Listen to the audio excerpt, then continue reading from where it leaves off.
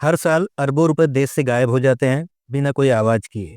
ना कोई सबूत, ना कोई ट्रांजैक्शन, पर पैसे का पूरा पहाड़ सीमा पार चला जाता है। क्या आपने कभी सोचा है आखिर काला धन गायब होता कैसे है और वो पैसा जाता कहाँ है? स्विट्जरलैंड, दुबई या कहीं और? आज हम बताएंगे उस ग्लोबल जाल का सच, जिसका नाम है हवाला। वो सिस्टम जो हर कानून को चुनौती देता है, हर सीमाओं को पार कर देता है। हवाला कोई नई चीज नहीं है। इसका इतिहास हमारे भारत से ही जुड़ा है। जब बैंकों की कोई पहुंच नहीं थी, व्यापारी अपने पैसों को सुरक्षित भेजने के लिए भरोसे के हवाला डीलरों पर निर्भर करते थे। सिर्फ एक कोड वर्ड या फोन कॉल पर पैसा एक शहर से दूसरे देश चले जाता है। कोई कागज नहीं, कोई बैंक नहीं, सिर्फ भरोसा और रिश्ता। लेकिन वक्त के साथ यही सिस्टम काले धन की दुनिया की रीढ़ बन गया। मान लीजिए भारत में किसी बिजनेसमैन के पास 10 करोड़ रुपए का काला धन है। वो बैंक में जमा नहीं कर सकता, क्योंकि उस बिजनेसमैन पे सवाल उठेंगे और टैक्स लगेगा। तो वो अपने हवाला एजेंट से संपर्क करता है। एजेंट भारत में उसका पैसा किसी और हवाला नेटवर्क को देता है, और उसी समय दुबई में या किसी भी कंट्री में जहाँ पे उसको पैसा पहुँचाना होता है, उसका दूसरा एजेंट बराबर रकम डॉलर या दिरहम में उस नाम के आदमी को दे देता है। ना कोई बैंक, ना कोई कागज, पर भरोसा, और सब भरोसे पर। और ये नेटवर्क गुप्त कोड्स, कुरियर सिग्नल्स और कई परतों में छुपा रहता है। यही वजह है किसी भी एजेंसी के लिए हवाला को ट्रैक कर पाना बिल्कुल नामुमकिन के बराबर है।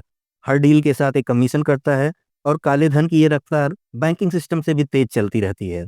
भारत में हवाला की सबसे बड़ी परत 1990 के दशक में खुली जैन हवाला केस।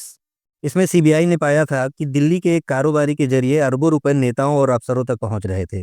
राजनीति से लेकर रक्षा सौदे तक हवाला ने हर व्यवस्था को छुआ हुआ था। लेकिन हुआ क्या? ज्यादातर आरोपी बरी हो गए, सबूत नहीं मिले, क्योंकि हवाला के लेन देन में कानून की पकड़ ही नहीं थी। वक्त गुजरा, केस बंद हुए, पर सिस्टम जिंदा रहा, और और भी स्मार्ट बन गया। अब हवाला का खेल व्हाट्सएप कोड्स, क्रिप्टो करेंसी और सेल कंपनियों से खेला जाता है।